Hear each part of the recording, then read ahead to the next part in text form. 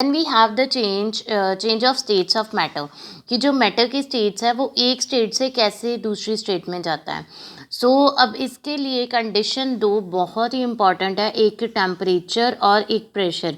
अब जैसे ही हम प्रेशर या टेम्परेचर चेंज करते हैं तो एक स्टेट से दूसरी स्टेट कन्वर्ट हो जाती है। कई बार आपको 1 मार्क में क्वेश्चन भी आ जाता है, what are the conditions which change the states? So by changing the condition of temperature and pressure, ये दो फैक्टर्स हैं जिनको जब हम चेंज करते हैं तो एक स्टेट जो है वो दूसरी स्टेट में कन्वर्ट हो जाती है। So on heating solid changes into liquid which on further heating changes into the gas. अब जब हम हीट करते हैं तो सॉलिड जो है वो पहले लिक्विड में चेंज हो जाता है, अगर इसको हम फर्दर हीट करें तो ये गैसियस स्टेट में चेंज हो जाएगा। सो although during the state change temperature remain constant. अब ये पॉइंट बहुत इंपॉर्टेंट है, ये आपको आगे भी आएगा कि अगर हम देख रहे हैं कि एक स्टेट से दूसरी स्टेट जा रही है, फॉर एग्जांपल सॉलिड से लिक्विड जा रहा है, तो इसका टेम्परेचर कैसे सेम रह सकता है, तो ये हम आगे डिस्कस भी करेंगे। अभी यहाँ तक आप ये देखो कि जब भी हम हीट करते हैं तो सॉलिड चेंज होता है लिक्विड में, तो अगर इसको फर्दर हीट करें तो ये आगे चेंज हो जाएगा गैसियस स्टेट में। तो यहाँ पे आप एग्जांपल ले सकते हो आइस की। सो आइस इज़ अ सॉलिड, इसको हमने हीट करा तो ये बन गया वाटर। अब वाटर को फर्दर हीट करे जाएंगे तो हमारे पास आ जाएगा वाटर वेपर्स। ठीक है, तो वाटर वेपर्स जो होते हैं वो कौन सी स्टेट है, इट्स अ गैसियस स्टेट। अब इस केस में क्या हो रहा है कि टेम्परेचर बट जो है वो कांस्टेंट रह रहा है। अब ये यहाँ पे एग्जांपल दी है, आइस है, हीट किया वाटर बना, इसको फर्दर हीट किया गैस बन गया।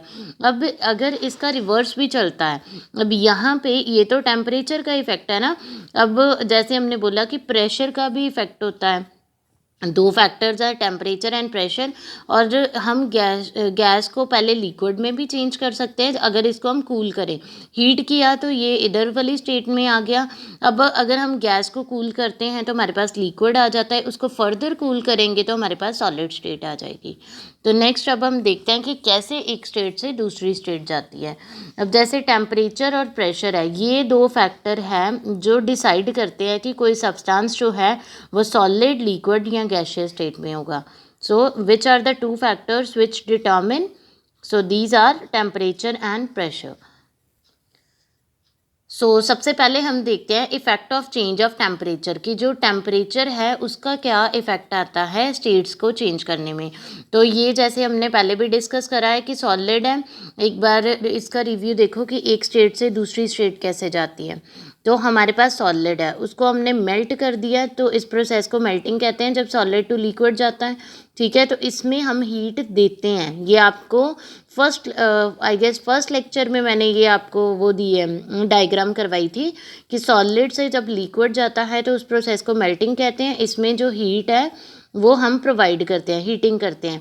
लेकिन अगर लिक्विड से सॉलिड आ रहा है तो इसको कूल करते हैं और इस प्रोसेस को सॉलिडिफिकेशन कहते हैं। लिक्विड से अगर गैसियस स्टेट में जाना है तो हीट करते हैं, तो इसको हम वेपराइजेशन कहते हैं। गैसियस स्टेट से अगर लिक्विड जाना है तो इसको हम कंडेंसेशन कहते हैं, इसमें हम कूलिंग करते हैं।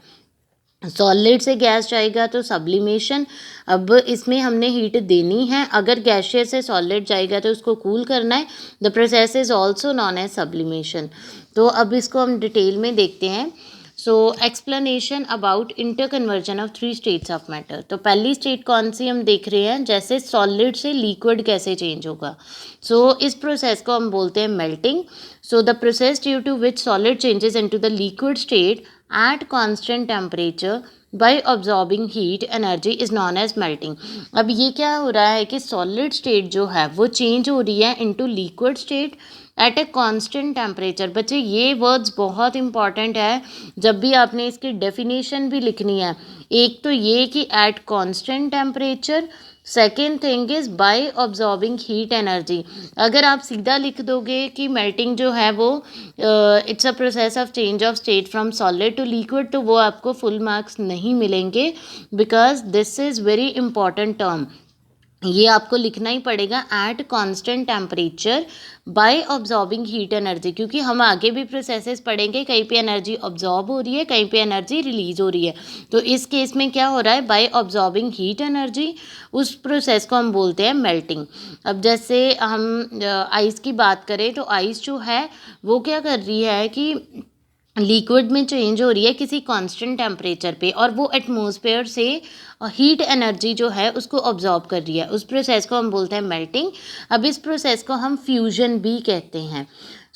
जिस टेम्परेचर पे, ये जो हमने कांस्टेंट टेम्परेचर की बात करी है ना, the temperature at which a solid melt to become a liquid at atmospheric pressure is called melting point. अब मेल्टिंग पॉइंट की भी कई बार डेफिनेशन आ जाती है।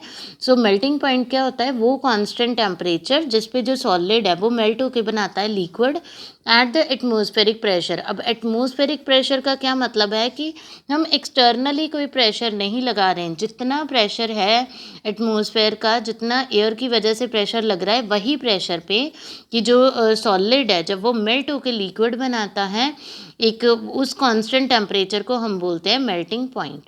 So the temperature is represented in the Celsius scale as 0 degree Celsius. Nowadays it is expressed on the Kelvin scale. This is very very important. आपको ये 1 mark के जो क्वेश्चन आते हैं फाइनल में, उसमें आपको एक आधा क्वेश्चन आ ही जाता है कि इतने डिग्री सेल्सियस है उसको आपने चेंज करना है केल्विन पे, या इतना केल्विन टेम्परेचर है उसको आप सेल्सियस में चेंज करो। तो जो टेम्परेचर है उसको हम सेल्सियस में भी प्रेजेंट करते हैं और केल्विन स्केल में भी प्रेजेंट करते हैं। तो जो मेल्टिंग पॉइंट होता है आइस का, सबसे पहली तो एक चीज़ देखो कि जो 0 डिग्री सेल्सियस है वो इक्वल्स टू होता है 273.16 केल्विन, लेकिन इसको हम राउंड ऑफ करके 273 केल्विन लेते हैं। तो सबसे पहले तो आपको इतना पता होना चाहिए कि 0 degree Celsius is equals to 273 kelvin. जब आपने चेंज करना है एक स्टेट से दूसरी, डिग्री सेल्सियस से अगर आपने केल्विन में चेंज करना है या केल्विन से डिग्री में चेंज करना है, तो ये अब आपको पता है। अब जैसे अगर आपने कन्वर्ट करना है, आपको दिया हुआ है टेम्परेचर डिग्रीज़ में, तो आपको उन्होंने बोला है केल्विन में चेंज करो। फॉर एग्ज़ाम्पल अब यहाँ पे मैं करके दिखाती हूँ आपको एक एग्ज़ाम्पल। आपके पास है 0 डिग्री, आपको पता है 0 डिग्री सेल्सियस जो है वो होता है 273 केल्विन। अब आपको उन्होंने दिया है 25 डिग्री सेल्सियस, तो वो कह रहे हैं आपको कि 25 डिग्री सेल्सियस को आपने केल्विन में कन्वर्ट करना है, ठीक है। तो इस केस में क्या होता है, जब केल्विन में कन्वर्ट करते हैं तो आप क्या करते हो कि ये जो 25 डिग्री सेल्सियस है इसमें आपने 0 डिग्री सेल्सियस ये प्लस कर देना है। अब ये जो 0 डिग्री सेल्सियस है ये कितना होता है, तो ये आ जाएगा 25 प्लस 0 डिग्री सेल्सियस कितना है 273 केल्विन। तो इनको प्लस करोगे तो आपके पास आ जाएगा 298 केल्विन। तो जिस केस में आपने केल्विन में कन्वर्ट करना है उसमें आपने 273 प्लस कर देने हैं, 273 उसमें प्लस करने हैं, तो वो आपका केल्विन में आ जाएगा। अब यहाँ पे देखो conversion of temperature on Celsius scale to kelvin scale. अब सेल्सियस से जब केल्विन में करना है, तो जैसे ये 0 डिग्री सेल्सियस है, तो 0 डिग्री सेल्सियस को अगर आपने केल्विन में करना है तो आपने बीच में 273 प्लस कर देना है, 273 प्लस कर देना है, because 0 degree Celsius is equal to 273 kelvin. तो ये आपके पास आ गया 273 kelvin. So conversion of temperature on kelvin scale to Celsius scale. अब आपने केल्विन से चेंज करना है सेल्सियस में। अब वो कैसे करेंगे, अब आपको यहाँ पे फॉर एग्जांपल दिया है 373 केल्विन। अगर तो केल्विन से सेल्सियस में करना है तो उनमें से इसमें से 273 माइनस करना है। जैसे 373 केल्विन है तो आपको इसको सेल्सियस में करना है, 373 केल्विन में से 273, because 273 is equal to 0 degree Celsius, उसको माइनस कर दिया तो आपके पास आ जाएगा 100 डिग्री सेल्सियस। तो ये क्वेश्चन बहुत इंपॉर्टेंट है, ये 1 मार्क में आता ही आता है। तो उसके बाद हमारे पास सेकंड आ जाता है how we change the liquid state to solid state. अभी हमने पढ़ा था सॉलिड टू लिक्विड, अब हम देख रहे हैं इसका reverse, liquid to solid state. अब इस प्रोसेस को हम बोलते हैं फ्रीजिंग।